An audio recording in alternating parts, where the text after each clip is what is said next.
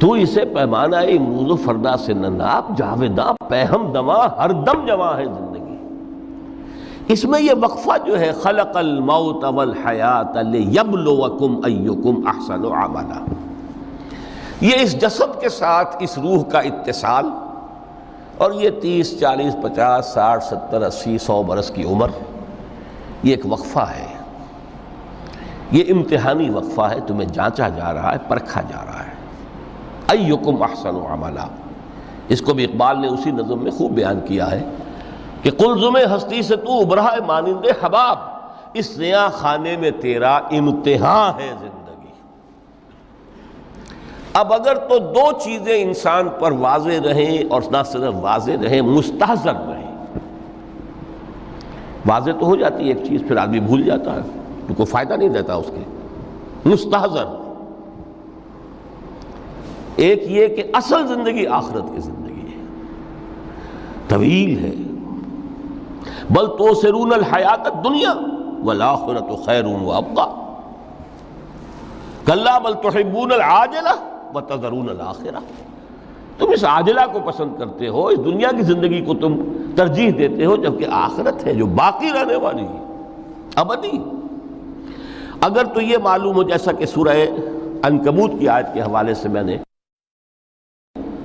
آپ کو آیت سنائی کہ وما هذه الحیات الدنیا الا لہو ولعب وان الدار الاخرۃ لہی الحیوان لو کانوا یعلمون، اصل زندگی جو ہے وہ آخرت کی زندگی ہے، کاش کہ انہیں معلوم ہوتا۔ ایک حقیقت تو یہ معلوم ہو اور مستحضر رہے کہ اصل زندگی آخرت کی زندگی ہے، اور دوسری حقیقت یہ کہ یہ دنیا کی زندگی ایک امتحانی وقفہ ہے۔ قلزم ہستی سے تو ابھرا ہے مانند حباب، اس نیا خانے میں تیرا امتحان ہے زندگی۔ یہ مستحضر رہے تو اس کا نتیجہ کیا نکلے گا؟ انسان دنیا پرست نہیں بنے گا۔ متاع ہے دنیا، برتنے کی چیز ہے۔ وما هذه الحیات الدنیا الا متاع، برتنے کی چیز ہے، برتو اسے۔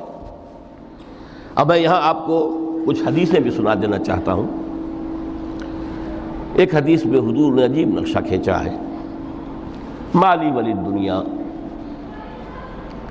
لوگوں مجھے تمہاری اس دنیا سے کیا سروکار، انما مثلی کراکب استظل تحت شجرۃ ثم راح فترکھا، میری مثال تو اس سوار کسی ہے جو تھوڑی دیر کے لیے کسی درخت کے سائے میں سستانے کے لیے رک جاتا ہے، وہ اس درخت کو اپنی منزل نہیں سمجھتا، اپنا گھر نہیں سمجھتا، تھوڑی دیر کا سستانا ہے، پھر وہ اس درخت کو چھو خیر بات کہتا ہے، اپنا راستہ لیتا ہے، اپنی منزل کی طرف رواں ہو جاتا ہے۔ بس اتنا تعلق، منزل یاد رہے۔ چنانچہ ایک دوسری بڑی پیاری حدیث ہے، بہت مختصر بھی ہے، انما الدنیا خلقت لکم وانتم خلقتم للآخرہ، دیکھو یہ دنیا تمہارے لیے بنائی گئی ہے۔ خلق لکم ما فی السماوات و ما فی الارض، قرآن مجید کہتا ہے۔ اس لیے میں نے کہا تھا خلافت ہمیں دینی تھی تو سب کچھ ہمارے لیے بنایا گیا نا، یہ محفل سجائی گئی ہے ہمارے لیے، یہ سب ہمارے لیے بنایا گیا ہے، پورے عالم کو مسخر کیا گیا ہمارے لیے۔ سخر لکم، سورج بھی چاند بھی ہر چیز تمہارے لیے مسخر کی گئی ہے۔ انما الدنیا خلقت لکم وانتم خلقتم للآخرہ، لیکن تمہاری تخلیق ہوئی ہے، تمہیں بنایا گیا ہے، تمہیں پیدا کیا آخرت کے لیے۔ یہ منزل یاد رہے، میرا ٹھکانہ وہ ہے، میرا گھر وہ ہے، میری منزل وہ ہے، یہ راہ گزر ہے، یہ سفر ہے، یہ ایک وقفہ ہے، امتحانی وقفہ ہے۔ خلق الموت والحیات لیبلوکم ایکم احسن عملا۔ لیکن اب تیسری حدیث سنیے، اور یہ ہے وہ کہ جو اس دنیا کو، جو میں نے شروع میں کہا تھا، بڑی ٹھوس حقیقت ہے، یہ اللہ کی تخلیق ہے، سنجیدہ تخلیق ہے، ہم نے کوئی کھیل کود کے لیے تو نہیں بنایا ہے۔ ربنا ما خلقت ھذا باطلا، حضور فرماتے ہیں الدنیا مزرعۃ الآخرہ، دنیا آخرت کی کھیتی ہے۔ یہاں بوؤ گے تو وہاں کاٹو گے، یہاں بوؤ گے نہیں تو کاٹو گے کیا خاک؟ اس اعتبار سے غور کیجئے، یہ دنیا اور حیات دنیاوی کا ایک ایک لمحہ ایک بڑی عظیم حقیقت بن کر سامنے آتا ہے۔ ہماری حیات دنیاوی کا ایک ایک لمحہ ابدی ہے پوٹینشلی، کیوں کہ اس میں جو کچھ ہم کما رہے ہیں اس کے نتائج ابدی زندگی پر پھیلے ہوئے ملیں گے۔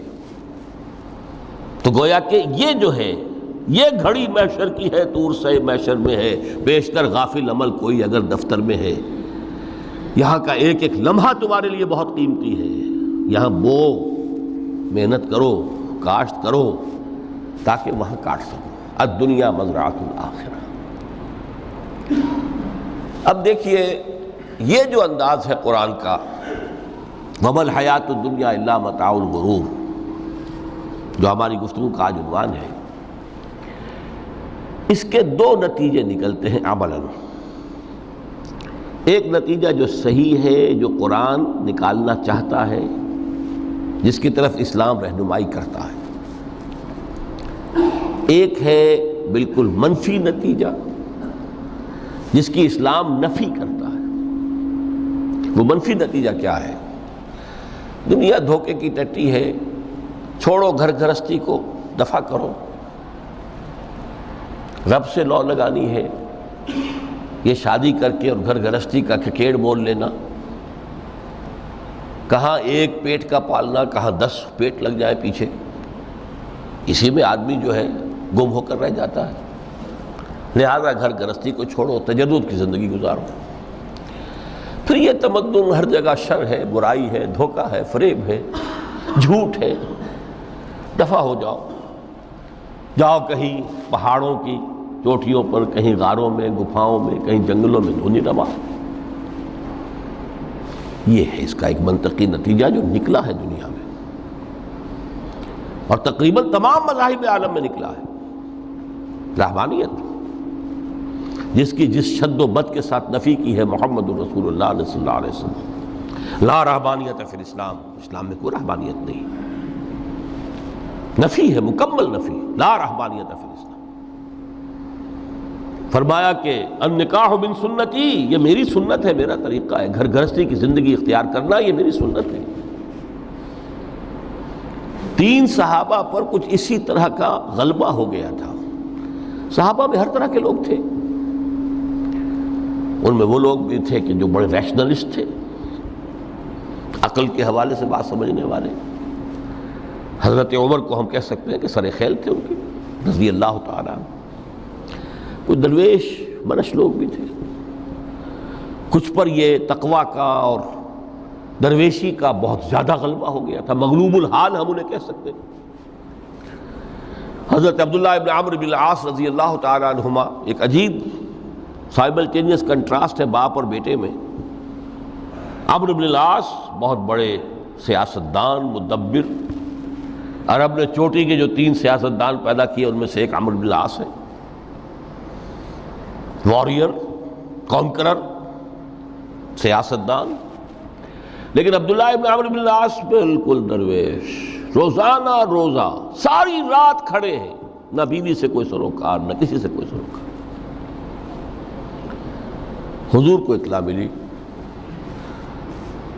بلا لیا، جواب طلبی ہو گئی، یا عبداللہ اولم اخبر انک تصوم الدہر وتقوم اللیل، اے عبداللہ مجھے یہ خبر دی گئی ہے تم ساری رات کھڑے رہتے ہو، روزانہ روزہ رکھتے ہو، کیا کہتے ہیں؟ جی حضور ایسا تو ہے۔ لا تفعل، مت کرو ہرگز۔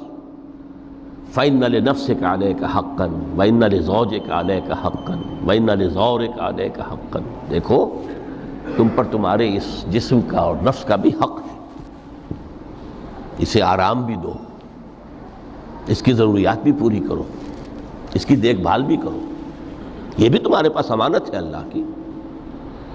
پھر تم پر تمہاری بیوی کا حق ہے۔ کسی صحابی نے دیکھا تھا حضرت عبداللہ ابن عمرو بن العاص کی بیوی کو کہ وہ بالکل جیسے کہ میلی کچیلی حالت میں تھی، پوچھا یہ کیا حال بنا رکھا؟ ان کا کہ آپ کے دوست کو تو کوئی غرض ہے ہی نہیں سرے سے. ظاہر بات ہے کہ مسلمان بیوی اور کس کے لیے وہ سنگھار کرے گی جب شوہر ہی کو کوئی دلچسپی نہ ہو، اس سے غرض ہی نہ ہو. لا تفعل. رات کو سو بھی دیکھو مجھے، میں رات کو سوتا بھی ہوں، نماز پڑھتا بھی ہوں، میں روزے رکھتا بھی ہوں، ناغے بھی کرتا ہوں. دیکھو زیادہ سے زیادہ ہفتے میں دو دن روزے رکھ لیا کرو کہ حضور مجھے اور تھوڑی سی اجازت. اچھا ایک دن ناغا، ایک دن روزہ، صوم داؤد، اس سے آگے کی اجازت نہیں. اسی طرح 3 حضرات سراسراہتن آتا ہے حدیث میں، بخاری شریف کی روایت ہے، ان پر بھی کوئی ایسا ہی غلبہ ہوا رہبانیت کا اور ترک دنیا کا. انہوں نے آ کے ازواج مطہرات سے معلوم کیا آپ کتنی رات نماز پڑھتے ہیں، کتنا دو سوتے ہیں، مہینے میں کتنے آپ روزے رکھتے ہیں نفلی. انہوں نے کوئی، وہاں تو کھلی کتاب تھی سیرت محمدی صلی اللہ علیہ وسلم، جو کچھ تھی حقیقت بیان کر. اب دیکھیے ایک عجیب ذہنیت، انہوں نے دیکھا کہ یہ تو کم ہے، ان کے اندازے کے اعتبار سے تو بہت کم ہے، لیکن یہ کہ اپنے آپ کو ذرا تسلی، حضور کی تو کوئی ضرورت نہیں ہے، آپ تو معصوم ہیں، آپ کیسے کوئی گناہ نہیں ہوا، کوئی خطا نہیں ہوئی، آپ کے لیے تو یہ اتنی عبادت ہمارے لیے تو کافی نہیں ہے، ہم تو گناہ گار ہیں. ایک نے عہد کیا کہ میں کبھی نہیں سوؤں گا، رات بھر کھڑا رہوں گا. دوسرے نے کہا کبھی ناغا نہیں کروں گا، ہر روز روزہ رکھوں گا. تیسرے نے کہا میں شادی بیاہ کے کھکیڑ میں پڑوں گا نہیں. حضور کو اطلاع مل گئی، طلب فرمایا، ڈانٹا آپ نے، آپ لوگوں نے یہ کہا ہے؟ جی ہاں ہم نے کہا تو ہے. واللہ، خدا کی قسم، میں تم میں سب سے بڑھ کر متقی ہوں، لیکن میں رات کو سوتا بھی ہوں اور نماز بھی پڑھتا ہوں، روزے رکھتا بھی ہوں، ناغے بھی کرتا ہوں. میری گھر گرستی کی زندگی ہے، میری بیویاں ہیں. من رغب عن سنتی فلیس منی، یہ ٹکڑا جو جوڑ دیا جاتا ہے نکاح کے خطبے میں اس حدیث کے ٹکڑے کے ساتھ، یہ 2 علیحدہ حدیث ہیں بالکل. النکاح من سنتی، اور یہ ٹکڑا اس طویل حدیث کا ہے، من رغب عن سنتی فلیس منی، جو میری سنت کو پسند نہیں کرتا پھر اس کا مجھ سے کوئی تعلق نہیں. یہ تو میں نے احادیث کے حوالے سے آپ کو وہ جو منفی طرز عمل، گریز، دنیا سے تعلق منقطع کرنا، پسپائی، گریز، فرار، اور اس کا نتیجہ کیا نکلتا ہے کہ دنیا پھر شریروں کے لیے رہ گئی، کھیلیں کودیں عیش کریں. جو سلیم الفطرت نیک لوگ تھے وہ تو گئے، لہذا ان کو اب کوئی روک ٹوک کرنے والا ہی نہیں، کوئی پوچھنے تاشنے والا نہیں. ظالم جو چاہے ظلم کریں اور جس طرح چاہیں شریر جو ہے شرارتیں کریں. قرآن مجید میں سورہ حدید اس اعتبار سے نہایت عظیم صورت ہے، نہایت عظیم صورت ہے کہ وہاں یہ آیت بھی بہت ہی شاندار انداز میں آئی ہے، متاع الغرور والی، خاصی طویل آیت بن کر آئی ہے. اور جیسا کہ میں نے عرض کیا 4 جگہ تو حیات دنیاوی کو کہا گیا ہے صرف لہو و لعب یا لعب و لہو، لیکن یہاں جو ہے آیت نمبر 20، اعلموا انما الحیات الدنیا لعب و لہو و زینت و تفاخر بینکم و تکاثر فی الاموال والاولاد. 5 الفاظ کے حوالے سے اس حیات دنیاوی کے کچھ حقائق بیان کیے گئے. عام طور پر سرسری طور پر لوگ گزر گئے ہیں. محاورتاً جب بھی آتا ہے معاملہ لہو لعب، لعب و لہو، وہ تو 4 جگہ ہے، یہاں 3 الفاظ مزید آئے ہیں، اور ترکیب کیا ہے؟ پہلے لعب ہے پھر لہو ہے. سورہ عنکبوت میں لہو و لعب یہ در حقیقت ایک طرح سے محاورے کی شکل اختیار کر گیا، تماشا اور کھیل، لیکن نہیں، یہاں ترتیب کچھ اور ہے. اس پر اگر آپ غور کریں گے تو یہ ایک عجیب سا نقشہ سامنے آتا ہے.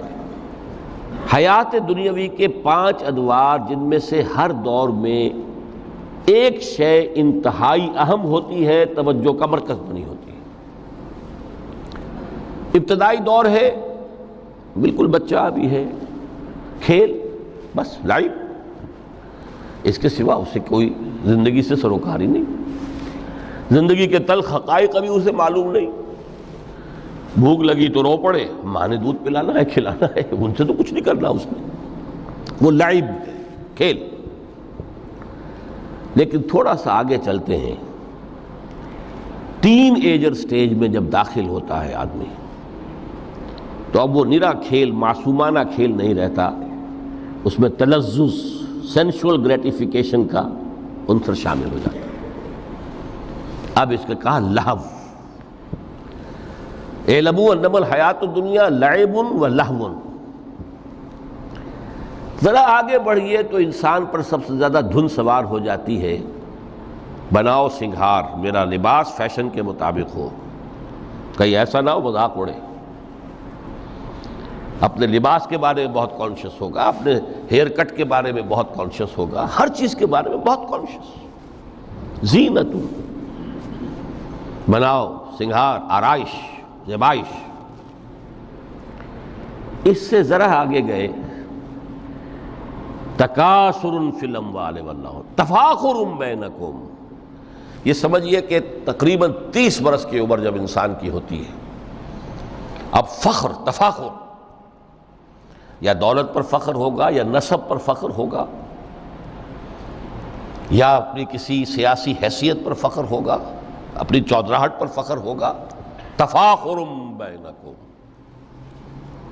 جس میں جان میں چونکہ توانائی ہوتی ہے، قوت ہوتی ہے، لیکن اس کے بعد جب عمر ڈھلی بڑا ریئلسٹک ہو جاتا ہے انسان۔ پھر یہ جو چوتھی سٹیج تھی، اس میں تو یہ کہ مونچھ نیچی نہ ہو، چاہے سب کچھ میں اپنا خرچ کر دوں، داؤ پہ لگا دوں، لیکن مونچھ نیچی نہیں ہوگی۔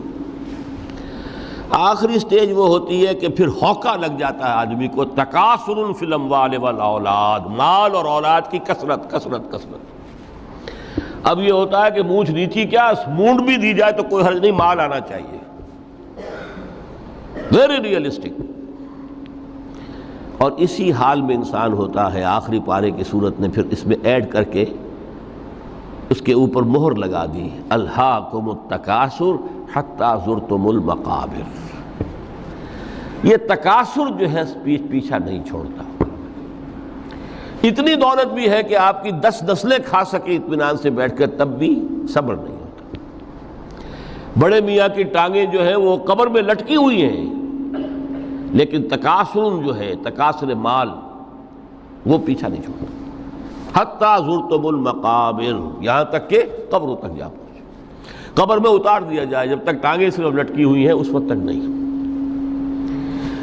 اس کے بعد تشبیہ دی ہے کہ یہ حیات دنیاوی کا جو ایک سائیکل ہے، اعلموا انما الحیات الدنیا لعب و لہو و زینت و تفاخر بینکم و تکاثر فی الاموال والاولاد۔ اب اس کو کمپیئر کیا ہے پلانٹ کنگڈم میں جو سائیکل چل رہا ہے۔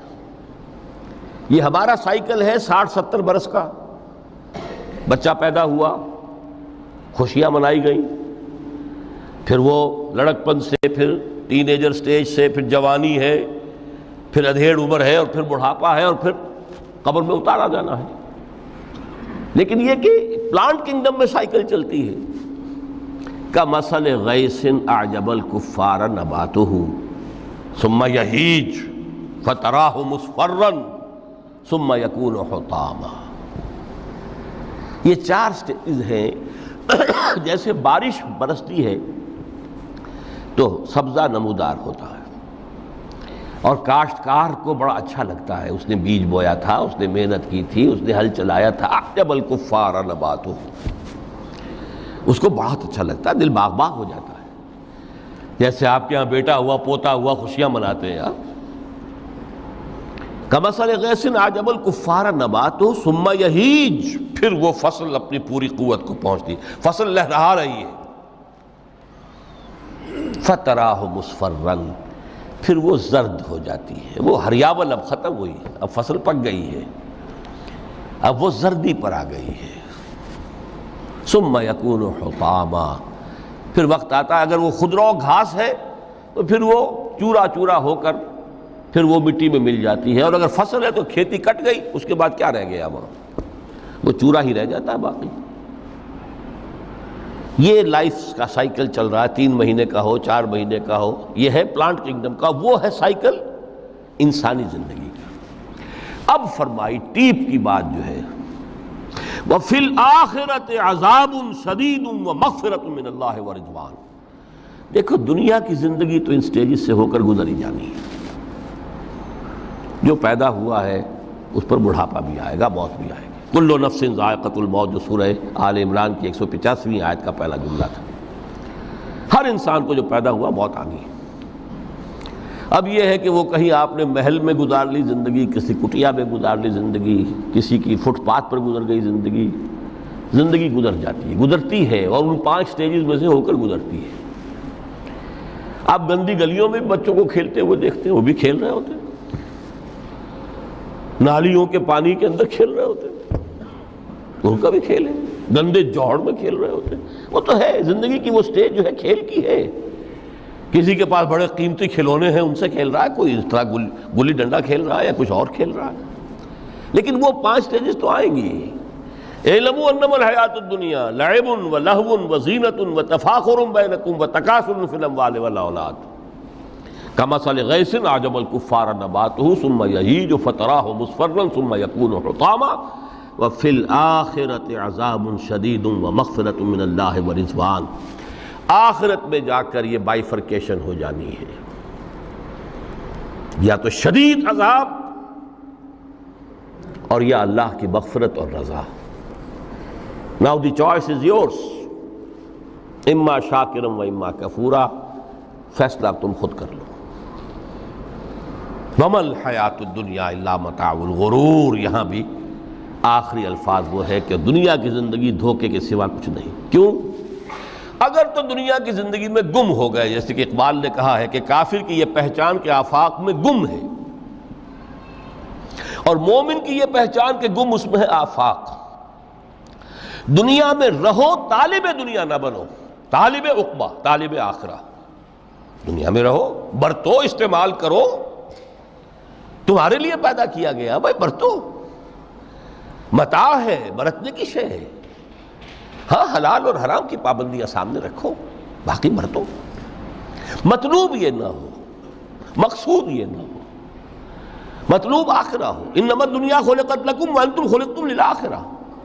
منزل وہ رہے، مستحضر رہے، سامنے رہے کہ میں تو اجنبی ہوں، یہاں یہ میرا وطن نہیں ہے۔ الدنیا سجن المومن و جنت الکافر۔ جیسے کسی پرندے کو کسی پنجرے میں بند کر دیا گیا ہو، اس طرح ہمیں اس دنیا میں بھیج دیا گیا، اللہ کی مرضی ہے، اس نے بھیجا ہے۔ جب تک وہ چاہتا ہم رہیں گے یہاں، لیکن ہمارا دل یہاں نہیں لگے گا۔ بازار سے گزرا ہوں، خریدار نہیں ہوں، طالب دنیا نہ ہو، تب تو یہ کوئی دھوکے کا سودا نہیں، قطعاً نہیں، بالکل نہیں۔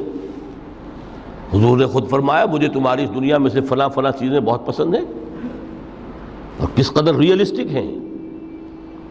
آپ نے عورتوں کے بارے میں فرمایا مجھے اس دنیا سے پسند ہے عورت۔ کوئی تصنع اور کوئی بھی تکلف اور کوئی خلاف فطرت بات نہیں کی محمد رسول اللہ صلی اللہ علیہ وسلم۔ آنکھوں کی ٹھنڈک میری نماز میں ہے، مجھے خوشبو پسند ہے، عورت کی طرف بھی آپ کا رجحان تھا۔ قرآن مجید میں آتا ہے نا، اے نبی اب کوئی اور نکاح آپ نہیں کریں گے، وَلَوْ أَعْجَبَتْكَ حُسْنُهُنَّ، چاہے ان کا حسن جو ہے وہ آپ کو اچھا لگے، اب اجازت نہیں ہے مزید، بس فل سٹاپ، جتنے نکاح ہو چکے ہو چکے۔ تو یہ دنیا کو حضور نے صلی اللہ علیہ وسلم دنیا پر سوار رہو، دنیا کو اپنے اوپر سوار نہ ہونے دو، بس بات صرف یہ ہے۔ کافر کی یہ پہچان کہ آفاق میں گم ہے۔ اسی لیے سورہ کہف کا ایک مرکزی مضمون ہے، پہلے رکوع میں بات آتی ہے اِنَّا جَعَلْنَا مَا عَلَى الْأَرْضِ زِینَةً لَهَا لِنَبْلُوَهُمْ أَيُّهُمْ أَحْسَنُ عَمَلًا۔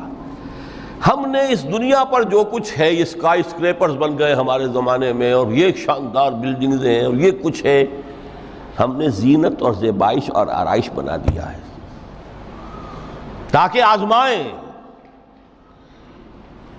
انہی کے حسن کے شکار ہو جاتے ہو اور ان کے پرستار بن کر رہ جاتے ہو۔ رخ روشن کے آگے شمع رکھ کر وہ یہ کہتے ہیں ادھر جاتا ہے دیکھیں یا ادھر پروانہ آتا ہے، پھر بھی اللہ ہی کے عاشق بنے رہو، اللہ ہی سے محبت کرو تو کامیاب ہو گئے۔ دنیا کو برتو. اگر دنیا یہ عروس ہزار داماد جو ہے اگر کہیں یہ محبوبہ بن گئی تو گئے, ختم. اچھا دیکھیے اس سورہ حدید میں اب یہ دنیا کی حقیقت کو اس طرح بیان کر کے دو نتیجے جو اس سے نکلتے ہیں ان کو علیحدہ علیحدہ بیان کر دیا. ایک نتیجہ جو میں بیان کر چکا, رہبانیت, ترک دنیا, اس کی نفی کرتے ہوئے فرمایا وَلَقَدْ أَرْسَلْنَا نُوحًا وَإِبْرَاهِيمَ وَجَعَلْنَا فِي ذُرِّيَّتِهِمَا النُّبُوَّةَ وَالْكِتَابَ فَمِنْهُمْ مُهْتَدٍ وَكَثِيرٌ مِّنْهُمْ فَاسِقُونَ ثُمَّ قَفَّيْنَا عَلَىٰ آثَارِهِمْ بِرُسُلِنَا وَقَفَّيْنَا بِعِيسَى ابْنِ مَرْيَمَ وَآتَيْنَاهُ الْإِنجِيلَ وَجَعَلْنَا فِي قُلُوبِ الَّذِينَ اتَّبَعُوهُ رَأْفَةً وَرَحْمَةً وَرَهْبَانِيَّةً ابْتَدَعُوهَا مَا كَتَبْنَاهَا عَلَيْهِمْ. اصل مضمون یہ تھا جس کے لیے تمہید اتنی لمبی باندھی. ہم نے نوح کو بھیجا, ابراہیم کو بھیجا, ان کی اولاد میں ہی نبوت اور کتاب رکھ دی, پھر ان کے نقش قدم پر ہم نے اٹھایا عیسیٰ ابن مریم کو, انہیں انجیل دی, اور جو لوگ ان پر ایمان لائے ان کے دلوں میں رحمت اور رافت کے جذبات پیدا کر دیے, انسانی ہمدردی. حضرت عیسیٰ کا جو اپنا مزاج تھا ظاہر بات ہے کہ آپ کے حواریین اور آپ پر ایمان لانے والوں میں اسی کا ایک عکس پیدا ہونا تھا, لہذا وہ ایک خاص کیفیت. لیکن فرمایا ایک شے کو انہوں نے بدعت کے طور پر ایجاد کر لیا, وَرَهْبَانِيَّةً ابْتَدَعُوهَا مَا كَتَبْنَاهَا عَلَيْهِمْ. رہبانیت کی انہوں نے بدعت ایجاد کر لی, یہ انہوں نے کی ہے, ہم نے یہ ان پر فرض نہیں کی تھی. یہ ہے وہ منفی نتیجہ. گریز, خانقاہوں میں جا کر بیٹھ جاؤ, موناسٹسزم, تجرد کی زندگی گزارو. نتیجہ اس کا کیا نکلتا ہے کہ بظاہر راہب اور راہبائیں رہ رہی ہیں اور رہ رہے ہیں, اور اندر جو حرام کاری کے بازار چل رہے ہیں, اور تہخانوں کے اندر حرامی بچوں کی قبروں کے قبرستان بنے ہوئے. ہسٹری آف کرسچین موناسٹسزم پر کتابیں پڑھ لیجیے, خود انہوں نے اپنے سارے جو ہیں بخیے ادھیڑ کر خود رکھ دیے. یہ رہبانیت, یہ اسلام کا راستہ نہیں ہے. احادیث کے حوالے سے میں آپ کے سامنے پہلے بیان کر چکا ہوں. میں بعد میں تھوڑا سا عرض کروں گا کہ ہمارے ہاں بھی یہ رسم کیوں آئی اور کیسے آئی. الحمدللہ اس درجے میں نہیں آئی جس درجے میں کہ کرسچینٹی میں آئی ہے, الحمدللہ ثم الحمدللہ, لیکن کسی درجے میں اگر آئی ہے تو کیوں آئی ہے یہ میں بعد میں عرض کروں گا. لیکن اس کا مل حیات الدنیا الا متاع الغرور کا دوسرا نتیجہ کیا ہے؟ پہلا نتیجہ تھا گریز کا, پسپائی کا, فرار کا, معاشرے سے نکل بھاگنے کا, تاکہ معاشرے میں اشرار کھل کھیلیں, جو چاہیں کریں. ایک راستہ یہ ہے, ترک دنیا کے معنی ہیں ترک لذات دنیاوی,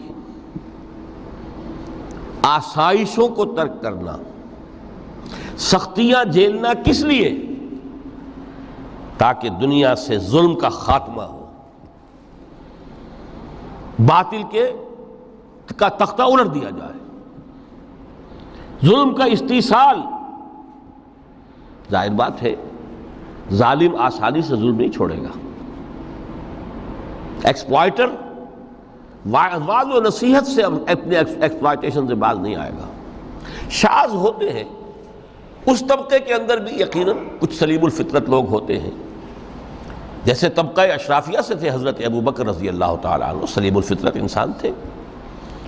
وہ کوئی غلاموں کے طبقے سے تو نہیں تھے, کوئی فقراء کے مساکین کے طبقے میں سے نہیں تھے, اونچے طبقے میں سے تھے. عشرہ مبشرہ اکثر و بیشتر اس طبقے سے تھے.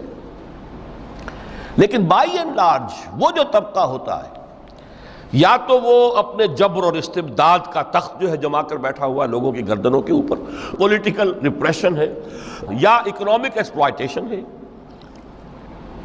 استحصال. محنت لوگ کریں, کھائیں گے ہم, عیش ہم کریں گے. محنت کسان کریں جا کے کھیت میں, ہم لے آئیں گے اپنا حصہ اور عیش کریں گے.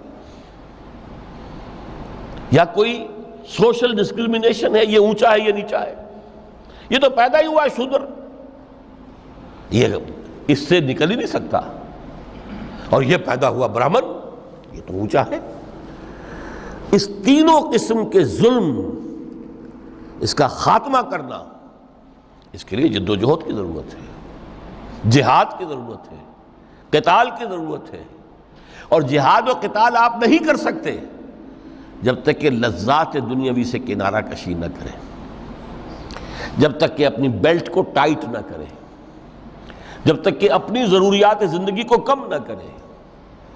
ضروریات زندگی کم کریں گے تو تفریغ الاوقات ہوگا، جو تبلیغی بھائیوں کی اصطلاح ہے بہت اہم، اپنے وقت کو فارغ کر سکیں گے۔ اس وقت کو فارغ کریں گے تو پھر وہ جد و جہد، وہ محنت، وہ جہاد، اس کے لیے آپ کے پاس وقت ہوگا، اس کو آپ لگا سکیں گے۔ پھر اس میں جب سخت سے سخت منزلیں آئیں گی تو اس میں میدان میں مقابلہ بھی ہوگا، جان کی بازی بھی کھیلنی پڑے گی۔ اس میں قید و بند کا وقت بھی آ سکتا ہے۔ 3 برس تک اگر محمد عربی صلی اللہ علیہ وسلم پورے خاندان بنی ہاشم کے ساتھ بدترین اسیری سمجھ لیجئے شیب بنی ہاشم میں جو رہیں، یہاں تو اسیروں کو آپ راشن تو دیتے ہیں، کھانا تو دیتے ہیں، وہاں تو اصل جو ہے وہ تو دونوں طرف سے گھاٹی کا منہ بند کر دیا گیا تھا، سیل تھی کہ کوئی شے جو ہے وہ جانے نہ پائے اندر۔ 3 برس، جس میں کہ وہ وقت بھی آیا ہے کہ سوکھے ہوئے چمڑے ابال ابال کر اس کا پانی جو ہے بلکتے ہوئے بچے، پھول جیسے بچے بنی ہاشم، ان کے حلق میں ٹپکایا گیا ہے، اور کچھ نہیں۔ کچھ تھے لوگ، حکیم بن حزام جیسے رضی اللہ تعالیٰ عنہ، بعد میں ایمان بھی لے آئے۔ حضرت خدیجہ رضی اللہ تعالیٰ عنہ کے چونکہ وہ قریبی رشتہ دار تھے، وہ پہاڑ کو کراس کر کے چوٹی پر سے اتر کر کچھ کبھی کبھی کھانے پینے کی چیز پہنچا دیتے تھے۔ یہ سارے مراحل آئیں گے۔ یہ جو ہے یہ مثبت ہے۔ ترک دنیا وہ نہیں۔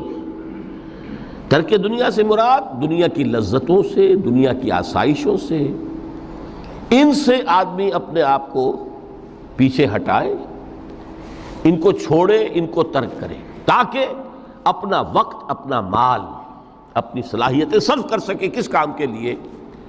اب اس کے لیے دیکھیے آیت نمبر 25 ہے یہ سورہ حدید کی۔ لَقَدْ أَرْسَلْنَا رُسُلَنَا بِالْبَيِّنَاتِ، ہم نے اپنے رسولوں کو بھیجا واضح چیزوں کے ساتھ۔ بینہ وہ شے جو از خود ظاہر ہو۔ آفتاب آمد، دلیل آفتاب۔ جب سورج طلوع ہو گیا وہ خود اپنے وجود پر دلیل ہے، اس کے لیے کسی اور اضافی دلیل کی ضرورت نہیں ہے کہ سورج موجود ہے، وہ تو ہے، سب کو نظر آ رہا ہے۔ تو بینات سے مراد معجزے بھی ہیں، اور وہ تعلیم جو ہے بنیادی دین کی کہ جو فطرت انسانی کی جانی پہچانی ہوئی شے ہے، دونوں پر اس کا اطلاق ہو جائے گا۔ لقد ارسلنا رسلنا بالبینات وانزلنا معهم الکتاب والمیزان، اور ہم نے ان کے ساتھ کتاب اتاری، میزان اتاری۔ یہ سب کچھ کس لیے کیا؟ لیقوم الناس بالقسط، تاکہ لوگ عدل پر قائم ہوں۔ یہ ہے سول آبجیکٹو۔ یہ نہیں بس ہماری کتاب پڑھ لیا کرے، ختم قرآن ہو گیا، اللہ اللہ دعا مانگ لی، چھٹی۔ قائم کرو اس کو، وہ میزان عدل نصب کرو، ہر ایک کو وہی تل کر ملے جو اس کا حق ہے، اور ہر ایک سے وہ لیا جائے کہ جو اس کے ذمہ واجب ہے۔ اگر یہ نہیں تو بابا پھر سب کہانیاں ہیں، شریعت اور دین اور نماز اور روزہ اور حج، کوئی حیثیت ان کی نہیں۔ اچھی طرح سن لیجئے میری بات۔ قرآن مجید میں کہلوایا گیا حضور سے، قل یا اہل الکتاب لستم علی شیء حتی تقیموا التوراۃ والانجیل وما انزل الیکم من ربکم۔ اے نبی ان سے کہہ دیجئے، اے کتاب والو تمہاری کوئی حیثیت ہی نہیں، ہماری نگاہوں میں تمہارا کوئی مقام ہی نہیں، جب تک کہ تم قائم نہیں کرتے تورات کو اور انجیل کو اور جو کچھ کے نازل کیا گیا تمہاری طرف، تمہارے رب کی طرف سے۔ قائم کرو، پھر آؤ ہم سے بات کرو، ہم سے دعا کرو، ورنہ دفع ہو جاؤ۔ Nothing doing. They don't care for you. لستم علی شیء حتی تقیموا التوراۃ والانجیل وما انزل الیکم من ربکم۔ اب قانون خداوندی تو بدلتا نہیں ہے، نہ فرام پرسن ٹو پرسن، نہ فرام نیشن ٹو نیشن، نہ فرام امہ ٹو امہ، اٹل ہے۔ وَلَن تَجِدَ لِسُنَّتِ اللَّهِ تَبْدِيلًا وَلَن تَجِدَ لِسُنَّتِ اللَّهِ تَحْوِيلًا۔ سنت اللہ تو ایک ہے۔ اب اس آیت کو ذرا پڑھیے، قُلْ يَا أَهْلَ الْقُرْآنِ لَسْتُمْ عَلَىٰ شَيْءٍ حَتَّىٰ تُقِيمُوا الْقُرْآنَ۔ وما انزل علیکم من ربکم، کہہ دو اے محمد کہ اے قرآن والو تمہاری کوئی حیثیت نہیں ہے ہمارے سامنے جب تک کہ تم قرآن کو قائم نہیں کرو۔ پڑھ لو اور اس کے قرات کے مقابلے منعقد کرا لو اور سونے کے تاروں سے اسے لکھ لو اور اس کو جو چاہو کر لو، کوئی حیثیت نہیں۔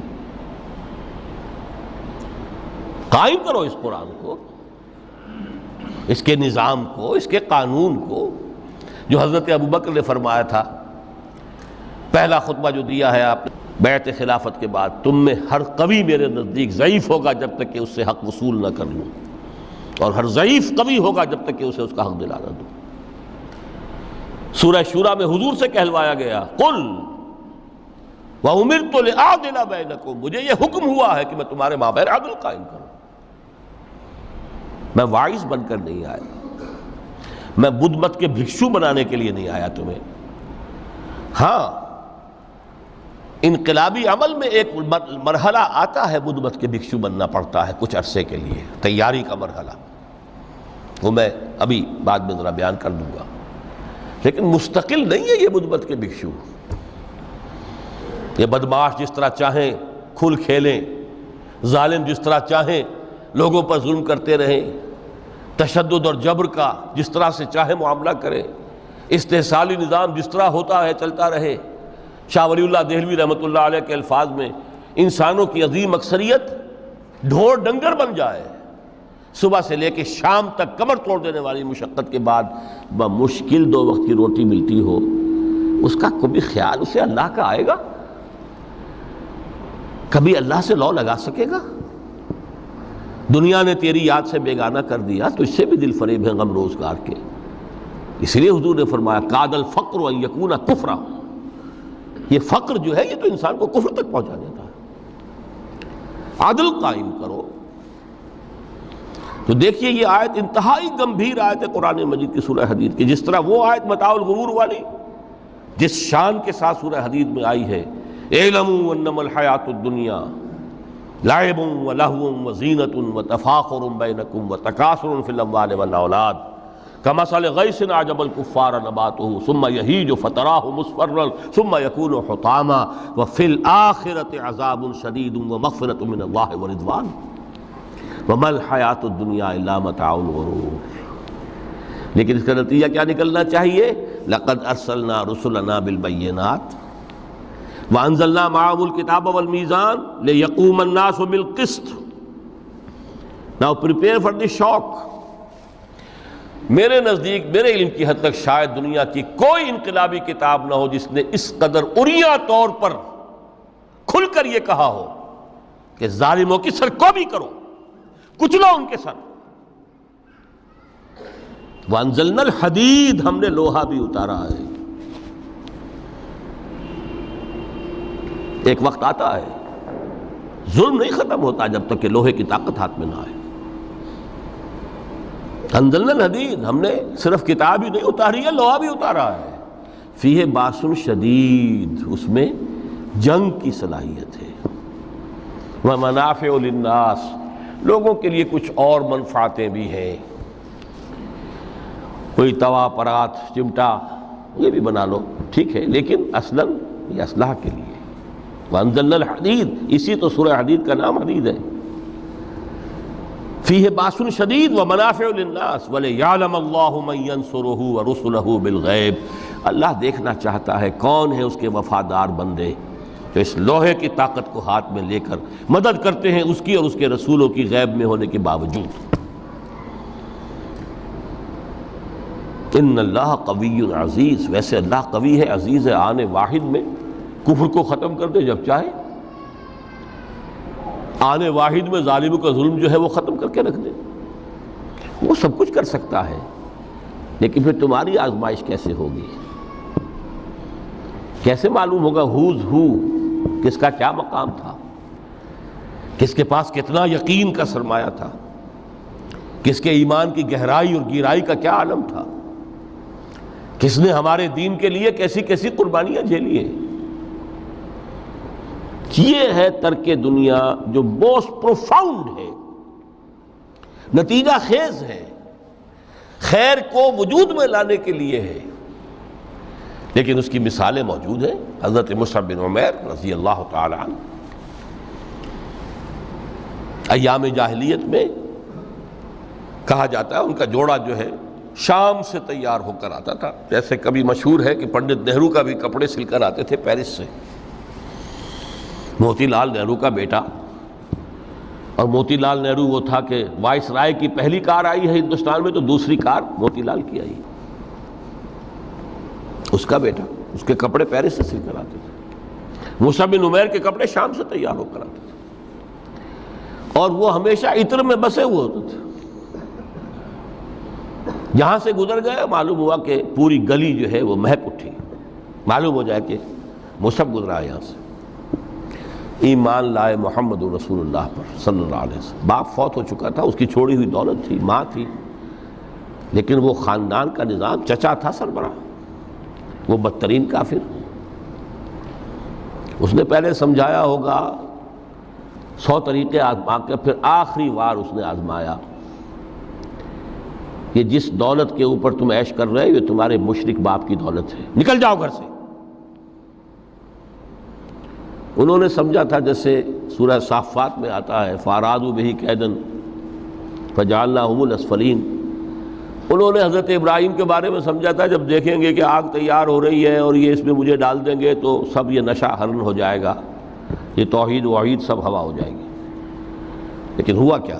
بے خطر کود پڑا آتش نمرود میں عشق، عقل ہے محو تماشائے لبے بام ابھی۔ اس نے تو یہ دھمکی دی تھی کہ دن میں تارے نظر آ جائیں گے مصعب کو، ناز و نام میں پلا ہوا انسان، اسے کہہ دیا جا نکل جاؤ گھر سے۔ اٹھ کر چلنے لگے، اس کا تیش جو ہے اور اچھا یہ کپڑے بھی اسی مشرک باپ کے ہیں، اتارو ان سب کو۔ مادر ذات برہنہ ہو کر گھر سے نکلے، مادر ذات۔ پھر وہی ہے کہ جن کے نام قرائے فال بنام من دیوانہ زدند، کہ بیعت عقبہ اولا ہوئی ہے، لوگوں نے کہا کہ ہمیں کوئی مقری دیجئے قرآن پڑھانے والا جو ہمیں قرآن پڑھائے۔ حضور نے فرمایا جاؤ مصعب۔ وہ مصعب وہاں جا کر مدینے میں المقری بن گئے، جا المقری، وہ آ رہا پڑھانے والا۔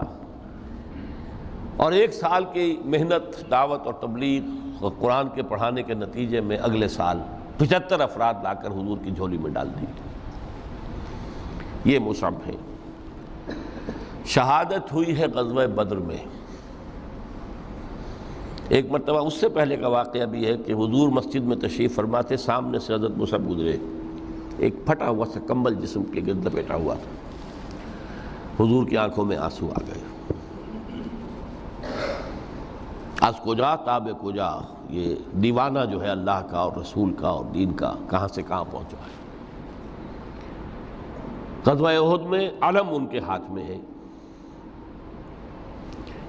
جس ہاتھ میں علم ہے وار پڑا، کٹ گیا، دوسرے سے پکڑا، اس کو بھی کٹ گیا، پھر دونوں جتنے بچ گئے تھے حصے ان سے سنبھالا، پھر شہید ہو گئے۔ جسم پر صرف ایک چادر تھی، اوپر سے جسم ننگا تھا، صرف ستر کے لیے چادر۔ دفن کرنے لگے تو مسئلہ ہی پیش آ گیا کہ چونکہ شہید کے تو کفن جو ہے اس کا اپنا جو بھی لباس پہنا ہو شہادت کے وقت، حضور سے کہا گیا کہ حضور مصعب کی چادر تو اتنی چھوٹی ہے کہ سر ڈھانپتے ہیں تو پیر کھل جاتے ہیں، پیر ڈھانپتے ہیں تو سر کھل جاتے ہیں۔ فرمایا سر کو چادر سے ڈھانپ دو اور پیروں پر اذخر گھاس لا کر ڈال دو، یہ آخری لباس نصیب ہوا ہے۔